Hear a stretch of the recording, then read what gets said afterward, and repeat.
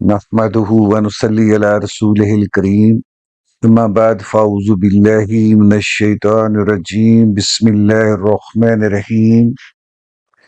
معزز سامعین، السلام علیکم ورحمۃ اللہ وبرکاتہ۔ رمضان سیریز کی 14ویں قسط کے ساتھ حاضر خدمت ہیں۔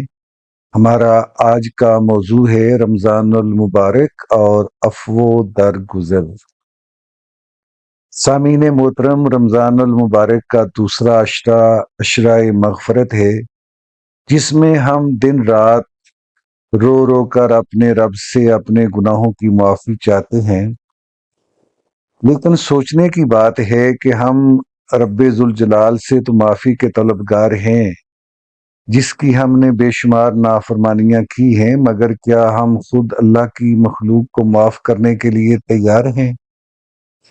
عفو درگزر کرنا اور دوسروں کی زیادتیوں کو بھلا دینا اللہ رب العزت کی وہ عظیم صفت ہے جو اسے اپنے بندوں میں بے حد پسند ہے۔ اگر ہم یہ چاہتے ہیں کہ ہمارا رب روز قیامت ہماری خطاؤں پر پردہ ڈالے اور ہمیں بغیر حساب کے معاف کر دے، تو ہمیں بھی چاہیے کہ ہم اپنے دلوں کو لوگوں کی طرف سے بغض اور کینے سے مکمل طور پر صاف کر لیں۔ سامعین محترم، قرآن مجید میں سورہ نور میں اللہ تعالیٰ کا خوبصورت اور دل کو چھو لینے والا ارشاد ہے کہ اور چاہیے کہ وہ معاف کر دیں اور درگزر کریں۔ کیا تم یہ پسند نہیں کرتے کہ اللہ تمہیں بخش دے؟ اور اللہ بہت بخشنے والا مہربان ہے۔ ذرا غور کیجئے، اللہ تعالیٰ نے ہماری مغفرت کو دوسروں کو معاف کرنے کے ساتھ جوڑ دیا ہے۔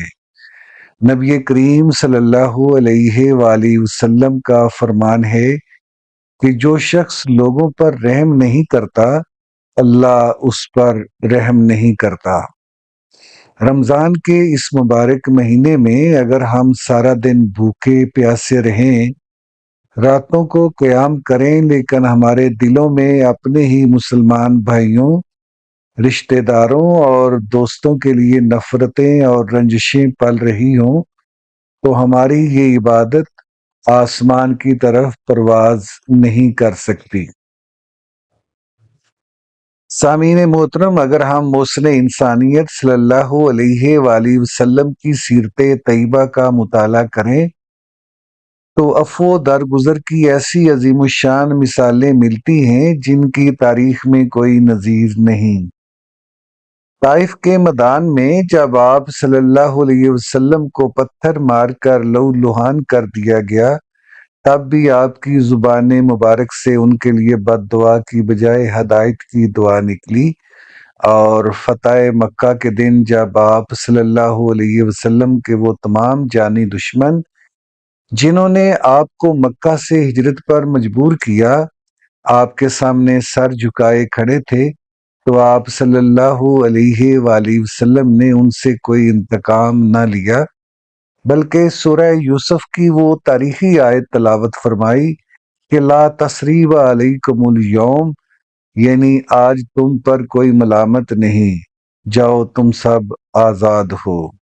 یہ ہے عفو درگزر کا وہ اعلیٰ ترین معیار جو ہمارے نبی صلی اللہ علیہ وآلہ وسلم نے ہمیں سکھایا ہے۔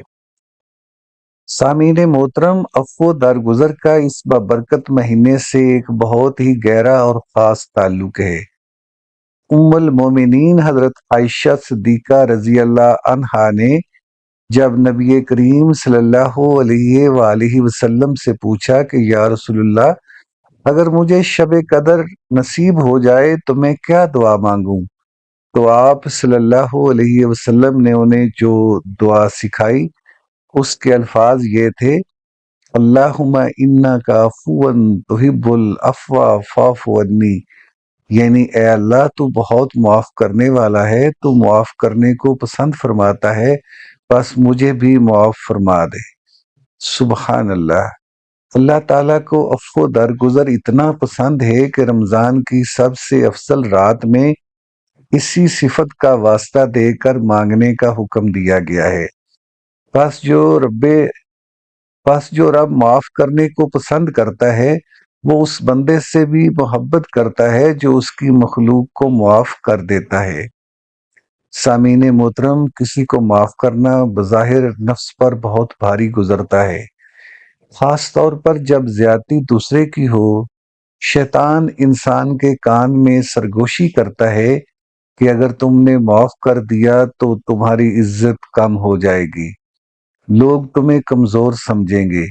لیکن قربان جائیے اپنے پیارے آقا صلی اللہ علیہ وآلہ وسلم کے اس فرمان پر، جنہوں نے قسم کھا کر ارشاد فرمایا کہ صدقہ دینے سے مال کم نہیں ہوتا اور معاف کر دینے سے اللہ تعالی بندے کی عزت میں ہی اضافہ فرماتا ہے۔ رنجشوں اور عداوتوں کا بوجھ انسان کی اپنی روح کو تھکا دیتا ہے۔ اس لیے آج ہی اسی بابرکت مہینے میں محض اللہ کی رضا کے لیے ان تمام لوگوں کو دل سے معاف کر دیجیے جنہوں نے آپ کا دل دکھایا ہے، تاکہ آپ کا دل بھی اس حقیقی سکون سے آشنا ہو سکے۔ سامعین محترم، اب ہم نہایت عاجزی اور گریہ وزاری کے ساتھ اپنے رب کے حضور دعا کے لیے ہاتھ اٹھاتے ہیں۔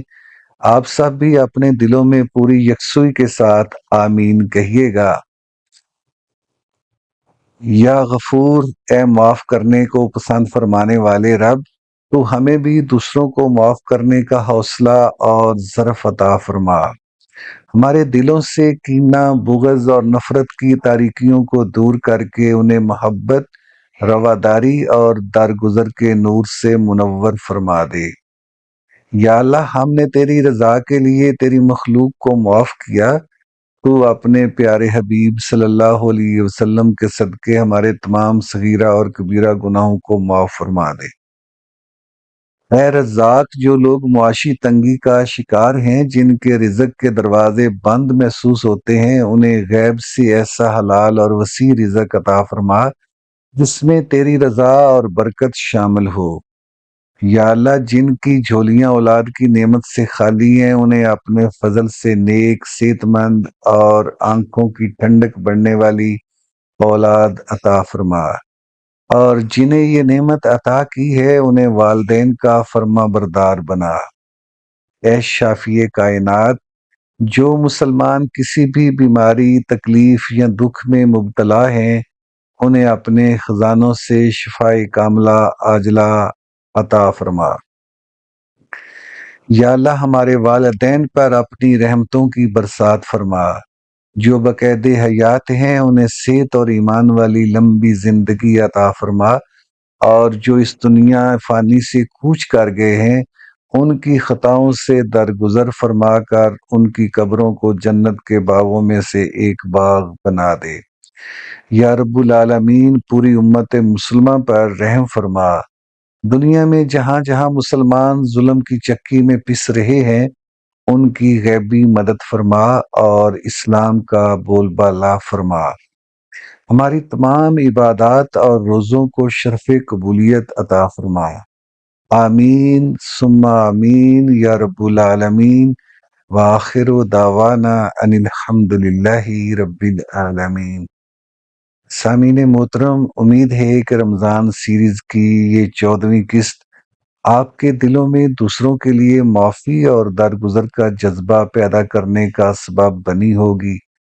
اگر آپ کو یہ پیغام پسند آیا ہو تو اسے صدقہ جاریہ کی نیت سے اپنے دوستوں اور عزیزوں کے ساتھ ضرور شیئر کیجیے۔